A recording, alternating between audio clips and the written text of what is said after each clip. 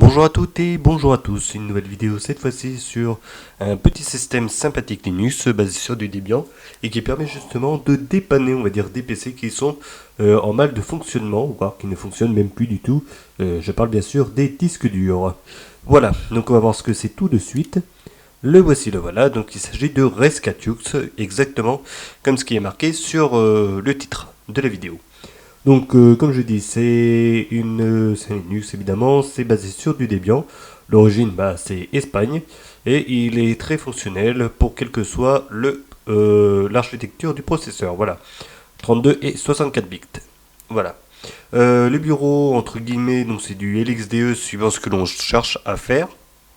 Voilà, parce que Rescatux, il a quand même une particularité, c'est que il permet justement de dépanner un petit peu le GRUB, donc le service de démarrage, ou plutôt, euh, entre guillemets, pour ceux qui ne connaissent pas ça, le BIOS de démarrage des systèmes d'exploitation Linux. Même si c'est pas un BIOS, mais voilà. C'est justement le petit logiciel qui permet de sélectionner soit un Windows, soit un Linux, ou soit un Mac si vous l'installez sur un Mac. Bon, après, j'ai pas encore essayé.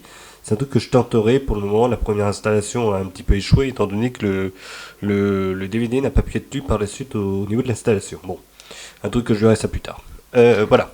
On va s'intéresser là-dessus. Donc là, pour ça, je lui mets une petite machine virtuelle sympathique, VirtualBox, comme d'habitude. Et je vais justement aller m'amuser à effacer un fichier d'installation, donc Minino, pour pouvoir par la suite réinstaller un truc exactement celui que j'ai pu voir en démo. Voilà. Alors pour ça, je vais aller dans stockage, hop. Alors si j'ai pas été assez clair, en fait, ce que je vais faire, c'est que je vais effacer le disque dur. Voilà, parce qu'il est un petit peu plein, et puis j'ai fait une installation, mais c'est pas comme je voulais. C'est ce que je vais faire. Alors, que je ne me trompe pas, c'est ça. Ok. Alors, je démarre, c'est parti.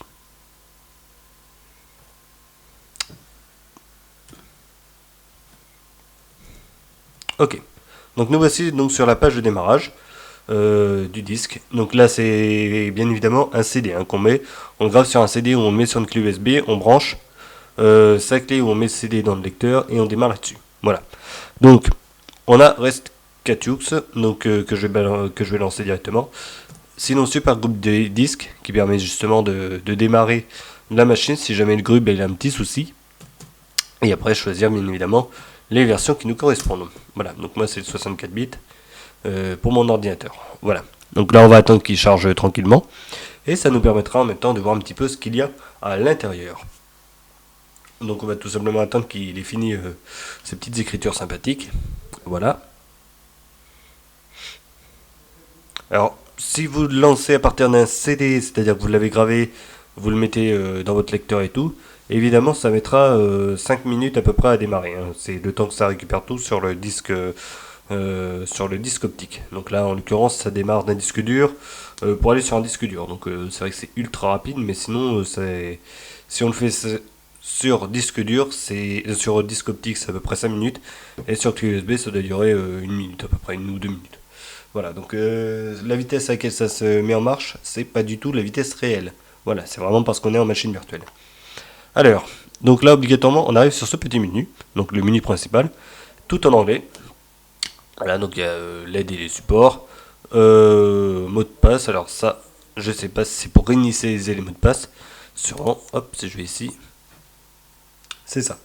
C'est bien ça. Alors, là, de quoi justement régulariser un petit peu le GRUB, donc le logiciel de démarrage. Donc ici, on peut bien évidemment le restaurer et tout, ça y a pas de souci. Je vais peut-être le faire après, éventuellement, je vais voir. Les systèmes de fichiers, donc voilà, qui permet de. Alors ça, je sais pas exactement. Hop, check. À mon avis, c'est pour voir s'il y a des erreurs sur le disque dur, il me semble. Je suis pas très très sûr, ça en a l'air. Là, c'est pour restaurer tout simplement le système Windows, enfin plutôt le démarrage de Windows, parce que tout simplement, si vous installez un Windows, en l'occurrence 8 ou le 10, et que vous mettez du Linux, Linux va prendre un petit peu le dessus, et ça permet, dans ce cas-là, si vous enlevez le Linux, de restaurer le fichier de démarrage de Windows. Voilà, ce qui est vraiment pas mal, étant donné que si on a un Windows quand même propre, ce serait dommage de devoir le réinstaller quand même. Voilà. et About. Alors là, c'est tout simplement avoir des informations sur le logiciel. Donc ça, c'est pour cette partie-là. Donc je disais, si je fais le groupe, donc là, je vais le mettre à jour. Hop, qu'est-ce qu'il me propose? Donc là, il a vu qu'il y avait quelque chose d'installé. Donc là, en l'occurrence, SDA, c'est le disque dur. Voilà, donc chez Linux, on appelle ça le SDA. Chez d'autres, c'est HDD. Donc voilà, donc, comme ça, vous savez. Loop 1, c'est tout simplement la clé ou le disque sur lequel mon système est démarré. Donc là, je ne vais pas faire d'installation de groupe sur mon lecteur. Voilà, je vais les mettre directement sur mon disque dur. Donc là où il y a justement mon système d'exploitation. Je fais OK. Donc là, s'il me l'a récupéré, je vais attendre normalement. Il devrait travailler, je regarde. Ouais, c'est bon, il travaille. Donc il me dit que la configuration c'est bon, c'est OK, tout a été OK. Voilà. Bon. Pas besoin de faire d'autres choses. Alors il y a un petit truc, c'est que c'est tout en anglais, donc ça on en reviendra un petit peu après, mais bon, on va dire que c'est vraiment pratique. Et puis c'est pareil, il y a toujours des documentations sur internet. Bon, ce qui est dommage, c'est de devoir regarder sur internet quand on n'a qu'un seul ordinateur et que c'est notre ordinateur principal qui est en panne. Mais cependant, c'est vrai que c'est pratique si il y a un autre ordinateur, si vous avez un téléphone qui va sur internet ou des choses comme ça, on peut toujours voir un petit peu comment ça se passe. Donc voilà pour cette partie-là. Alors si je me mets ici sur le menu, hop, on va sur les accessoires. Donc là on a un gestionnaire de fichiers qui va pas nous servir énormément. Voilà, donc là si je vais dans l'application, voilà, j'ai ça. Alors si je vais dans préférences, ça sert pas à grand chose, mais je peux changer l'apparence, pourquoi pas. Voilà, Crux, boom. Voilà, c'est vraiment si j'ai envie de m'amuser comme ça vite fait. Donc là je vais tout laisser comme c'était avant. Pareil pour les icônes, je peux changer, je peux mettre celle de Gnome ou celle de celles qui sont actuellement appliquées. Voilà, donc ça c'est vraiment cette partie-là. Après, bon, qu'est-ce qu'il y a d'autre? C'est surtout ça qui nous intéresse. Voilà. Tout simplement parce que cette application, ça permet de gérer un petit peu les disques durs, enfin les partitions dans le disque dur, et en l'occurrence, soit de les formater, donc une clé USB, quoi que ce soit, vous branchez quelque chose, et justement ça peut apparaître dans Gparted. Si vous avez déjà démarré Gparted, donc quand vous branchez une clé USB, il faut le redémarrer, donc on l'éteint et on le redémarre. Bon, ça c'est un petit peu anecdotique, mais il faut le savoir. Et ça permet donc de formater n'importe quoi, même son propre disque dur, donc à faire avec très très attention quand on le fait. Voilà. Donc ça c'est un peu le panneau de configuration. Accessoires, ça c'est vu, bon il y a le terminal, bon, là en l'occurrence on va pas en avoir besoin. Une petite vue au niveau des images, bon ça peut être cool si vraiment vous voulez voir un petit peu ce qu'il y a dans votre disque dur. Là, un navigateur internet. Donc si vous avez un ordinateur avec la Wi-Fi et tout, donc en l'occurrence rarement une tour, à moins que vous ayez une clé Wi-Fi dedans, mais normalement c'est pas pris en compte. Donc si c'est un ordinateur portable, vous pouvez quand même avoir accès à internet. Donc là je suis en train de le démarrer et puis voilà, on voit très bien qu'il n'y a pas de souci, ça démarre. Et puis si je vais sur Google et que je vais chercher n'importe quoi, genre la météo, hop, c'est pareil. Il me le met, mais même il a même repéré là où j'habitais. Donc voilà, ça fonctionne. Et en l'occurrence, si je prends ça,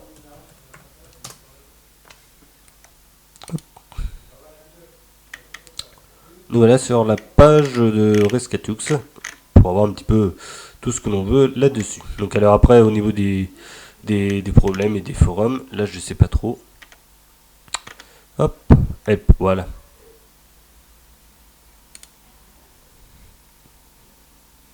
Bon, c'est un peu petit hein, sur la vidéo parce que je peux pas l'avoir en plus grand à l'heure actuelle. Si je me mets là, normalement je n'ai pas d'autres... non, je n'ai pas d'autres langues. Je n'ai pas d'autres langues, je n'ai pas d'autres langues. Bon, bref. Enfin, il y a tout. Voilà, comment on fait et tout. Même les commandes pour ceux qui ont des petits soucis, qui sont obligés de passer par la commande du terminal. Voilà. Donc ça, c'est vraiment pas mal. Ça, c'est la partie aide. Après, pour l'avoir en français, hop, FR.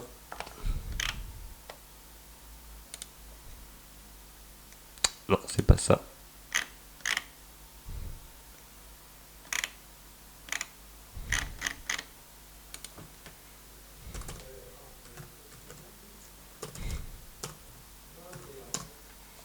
Alors, on va restaurer. Restaurer, c'est ça. Non, c'est un peu vieux, ça. Ici. Linuxpedia, voilà. Bon, bah très bien. Super groupe disque, ok, cool. Bon, bah, il y a d'autres choses, voilà. Bon. Un super groupe, c'est justement, je l'ai là, donc c'est très bien comme ça. Voilà, donc il suffit d'aller chercher un petit peu sur internet et on peut quand même trouver des choses en français. Bon, après, c'est un petit peu de recherche, mais pour ceux qui sont à l'aise à l'anglais, bah, c'est pas mal de ce côté-là. Ça, je crois qu'on a vu un petit peu ce qu'il y avait dans le menu. Voilà, bon, nouveau login, on s'en fout un petit peu. Openbox aussi.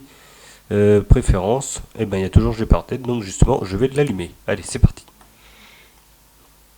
Voilà, Gparted, qu'est-ce qu'il trouve? Il trouve un disque dur et une partition d'échange. Voilà, exactement comme ce qu'on a l'habitude d'avoir sur du Linux. Donc c'est comme ça que ça a été fait, directement, hop, emballer c'est peser. Et si je me mets ici, sur mon disque dur, est-ce qu'il va vouloir pas? Ça, je sais pas.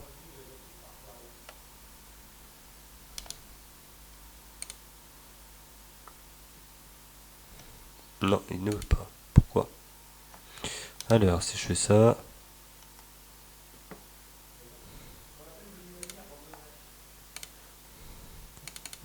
Alors, ce que j'essaie de faire, c'est d'accéder à mon disque dur. Ah, voilà, ça y est. Donc là, j'ai accès directement à mon disque dur. Donc voilà, comme il se compose. Les trucs habituels, donc voilà, avec le démarrage, la session Home, hop, de Minino. Voilà, c'est un système qui a été installé, que je vais réinstaller parce que j'ai pas installé la bonne version. Oh, ça fait beaucoup de mots installés, ça. Hop. Vidéo. Voilà, donc là, on a vraiment accès à notre disque dur. C'est pareil, si je fais ça, hop.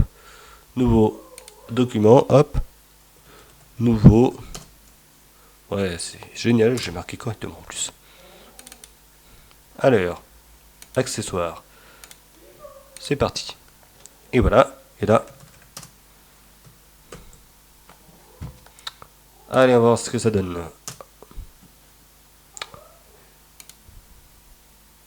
C'est fait. Bon. Alors là, on voit que j'ai justement créé un petit document. Donc le document, en l'occurrence, bah, il est directement posé dans mon disque dur. Et ça fonctionne exactement de la même façon que si c'était un disque Windows à l'intérieur. On se met dans nos documents, on écrit un nouveau fichier, et hop, quand on redémarre notre ordinateur, on se retrouve avec ce nouveau fichier à l'intérieur. Voilà, donc là, il n'y a plus de question de problème d'administrateur ou quoi que ce soit. On fait tout sauter, le système ne peut absolument rien faire, rien bloquer. Voilà, et en l'occurrence, on peut faire la même chose si je supprime le fichier. Voilà. Allez, c'est parti. Donc là, je vais partir sur ma formatage de disque dur. Donc ça, on a vu, il n'y a pas de choses à revoir là-dessus. Alors, c'était dans préférences. Hop. Donc là, j'ai tout simplement démonté mon disque dur pour qu'il soit lisible par le logiciel. Et puis là, je vais le reformater directement afin qu'on n'y ait plus rien dedans. Donc là, on va attendre, il va faire ça. On sait pas très long de toute façon.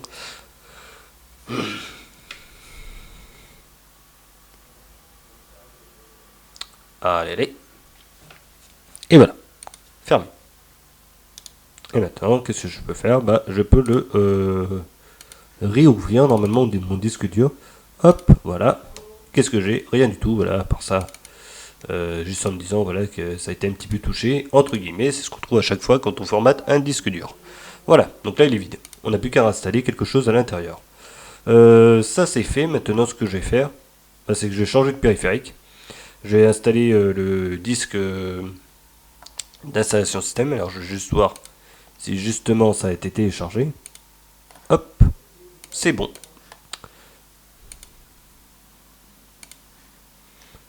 Allez, c'est parti. Et pendant qu'il va faire sa petite installation, et ben justement, pour voir un petit peu les plus et les moins, sachant que de toute façon, j'aurai pas besoin à nouveau de cette interface. Ce sera vraiment très bien. Alors, qu'est-ce qui a été fait là? 14h50, c'est celui-là, c'est parti. Éjection forcée, c'est bon, c'est dedans. Allez, on redémarre. Alors, est-ce que je fais normalement? On peut pas le faire sur un ordinateur normal. Voilà, c'est impossible. Il faut éteindre l'ordinateur, le rallumer, enlever le disque et puis le remplacer par celui que l'on veut. Alors, donc là, pendant que je fais ça, je vais vous expliquer un petit peu les plus et les moins de ce que je viens de tester. Donc, Rescatius, et pas Minino qui sera pour une prochaine vidéo. Donc ce que j'ai bien aimé évidemment, c'est la fonction d'aide au niveau des disques durs. Voilà. Donc ça c'est vraiment super de ce côté-là. Ça permet vraiment de dépanner tous les ordinateurs, quel que soit le système, que ce soit du Linux, du Windows. Le Mac j'ai pas été essayé, mais je pense pas que ça marche super bien. Mais franchement pour tout type PC, c'est vraiment pratique. Ça dépanne n'importe qui. Pareil, si vous avez par mégarde fait des petites erreurs, que ce soit sur votre Linux ou sur votre Windows, et ben on peut vite tout récupérer.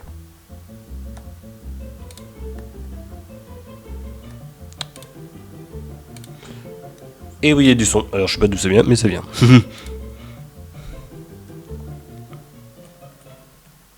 Voilà, là il y a plus de son. Donc, ça c'est voilà, si on en revient, c'est à mon avis le système qui démarre. Si on en revient là-dessus, c'est vraiment pas mal. Voilà. Qu'est-ce qu'il y a d'autre? Les petits outils donc pour récupérer aussi le groupe, donc le menu de démarrage. On peut l'avoir, même si on n'a pas le CD d'installation de base de notre Windows ou de notre Linux, on peut réinstaller tout ça, c'est vraiment sympa et franchement c'est vraiment utile. Voilà. Alors, bon là le système est en train de démarrer, c'est pour le redémarrer pour faire l'installation tranquillement.